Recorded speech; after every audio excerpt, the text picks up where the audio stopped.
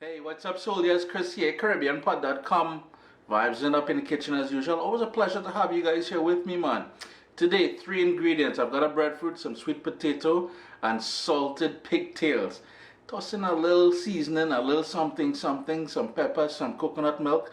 You're gonna love this dish. No, we ain't calling it an oil down because you see my Grenadian family and them just get on, boy. Like.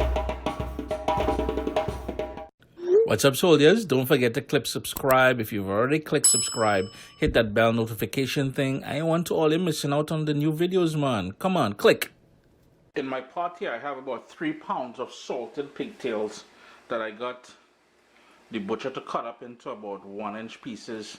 It's been nice and clean. I wash it in cold water and I wash it with the juice of a lemon. We can discard that now. We bring it up to a boil. And we want to cook that for about half an hour to 40 minutes. So between 30 and 40 minutes, bring it up to a boil, reduce it to a sort of a rolling boil. And what that does, it helps to tenderize the salted pigtail and to remove most of the salt which was cured in. But that's just a piece of skin. I thought I had a piece of paper in there. But that's what you want to do. In the meanwhile, what we're going to do now is prep the breadfruit as well as the sweet potato and have it ready for everything. No, I'm not a writer. Okay.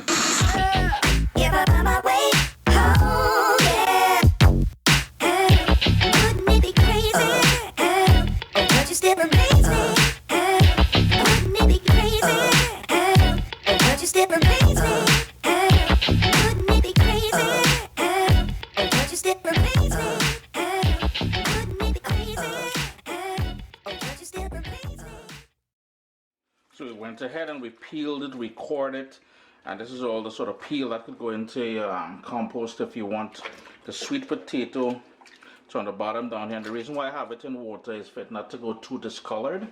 So just keep it in there. Just rinse it out, I guess. Oh, we got a little bad spot there. I'm going to cut that out. But if you're looking for a video on how to peel and core the breadfruit, check in the description in my food FAQ channel, the second channel. I have a video on there. It's been going now for about 35 minutes. I'm going to give it 5 more minutes and I'm going to drain it and set it aside to cool down because we got to sort of stew it to add flavor to the entire dish. Well, season it and then stew it. There we go. It's all drained up now. So we're going to season this before we stew it. Some Worcestershire.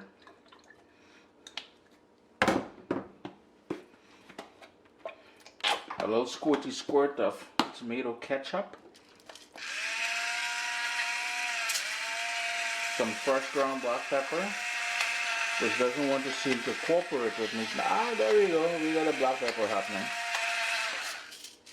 I'll add some more in a second. We need some Caribbean green seasoning. And if you're new to Caribbean cooking, this is just a sort of a puree.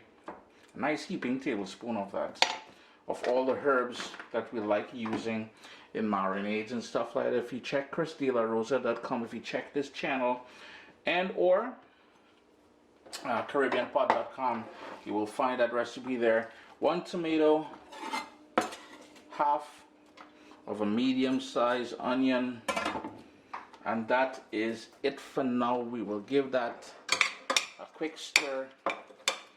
No need to allow this to marinate or anything like that because at this point it's not really making much of a difference, to be honest with you.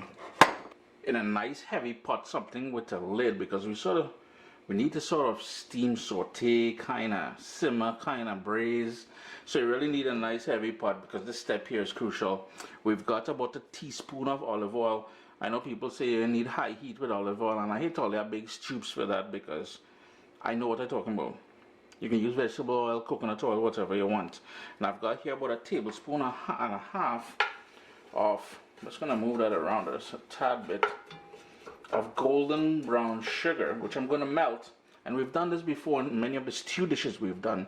And this is technically is what a lot of people refer to as brown stew.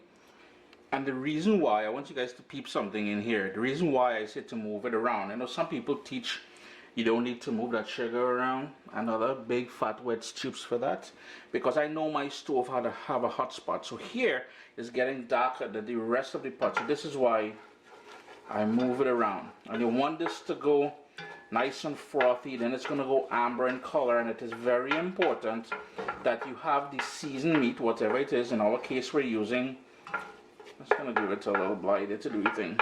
We're using salted pigtails, but you want it nice and close by, because as soon, it's very easy to go beyond the point. Once it goes beyond the point and it goes black, you're ending up with something bitter, and you don't want that. See, notice how it's going dark there, but the rest isn't, and that is why I recommend moving it around. Let's move that around one more quick time. Got a nice color in there, and here's where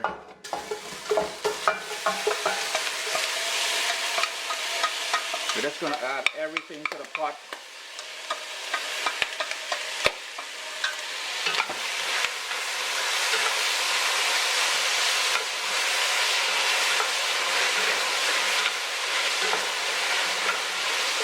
I'm going to turn my heat down to low, and I'm going to put the lid on just to help everything come together. I'm going to turn my heat back up to high. We're going to give that one more stir, and notice the hot spot I was talking about there is nice and dark there.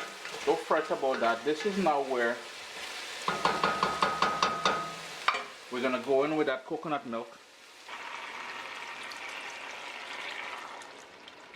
We're going to quickly turn up our heat.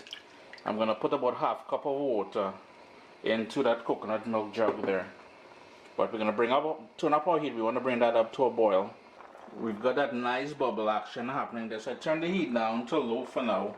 And here's where we're going to go in with all that nice breadfruit. And unfortunately, quite a bit of the sweet potato wasn't good. But see what? The good parts are going in there. Now, if you're doing a traditional oil down or run down or whatever you want to call it, you're going to need a lot more stuff than that. You're going to need some spinach, some okra, some plantain, all kind of nicenesses is going there. But tonight we're keeping it nice and easy.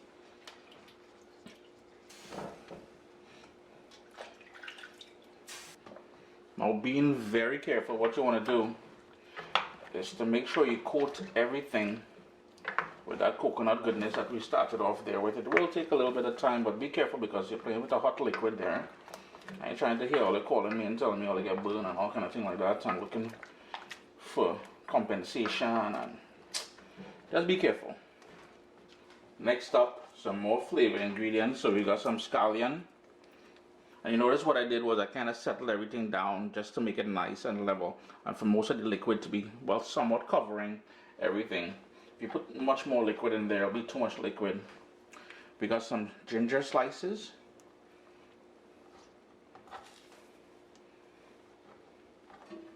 I've got some of that bird pepper, or bird's eye pepper. Some garlic, that's just smashed there. And that scotch bonnet pepper, which I cut up, seeds and everything, because I like it a little bit spicy. The whole idea here now is to bring that up to a boil, then turn it all the way down to low. We're going to put the lid on it and let that gently cook for an hour and a half to 2 hours. We want it nice and tender. So what's going to happen is, because it's not completely covered with the liquid, the steam inside is going to help cook the top areas here. See, a little nice bubbling action happening there. If you notice, I went in with some fresh thyme, and just for good measure, you know, we Caribbean people love we seasoning and we herbs and things like that.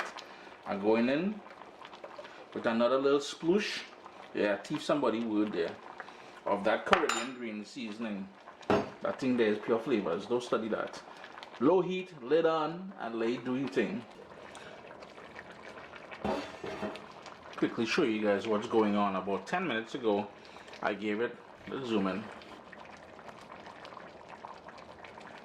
I gave it a quick stir. You notice how it's starting to fall apart now. It's getting that nice thick gravy on the bottom. You will notice I did not put any salt into this dish. The remaining, the sort of residual salt in the salted pigtail will be enough to season this dish. However, at this point, it's been an hour and 20 minutes. I would recommend tasting it here and adjust your salt if you wanted to. Lid back on low heat and allowing that to get a little bit more tender and thicken up a bit. So there you go, friends, an hour and a half later. Now, it's nice and tender. I tasted it for salt, I adjusted it, and it's quite a bit of gravy on the bottom there. That is because this is a heavy Dutch oven sort of pan. There's going to be a residual heat to it. So I'm sort of compensating for that by leaving a bit more gravy than usual. Chris here, caribbeanpot.com, a quick, well, not quick, a tasty way to enjoy breadfruit. So breadfruit, sweet potato, and we went in with that coconut milk, the salted pigtail. Can't go wrong. It was a pleasure to have you guys here in the kitchen with me. Remember, you can always follow along when I shoot these videos on Instagram. I do stories. So jump on that Instagram at caribbeanpot, man. Vibes it up, eh? My little baby is here. We've got cookbooks, guys. WestIndianFoodCompany.com. Get your copy today.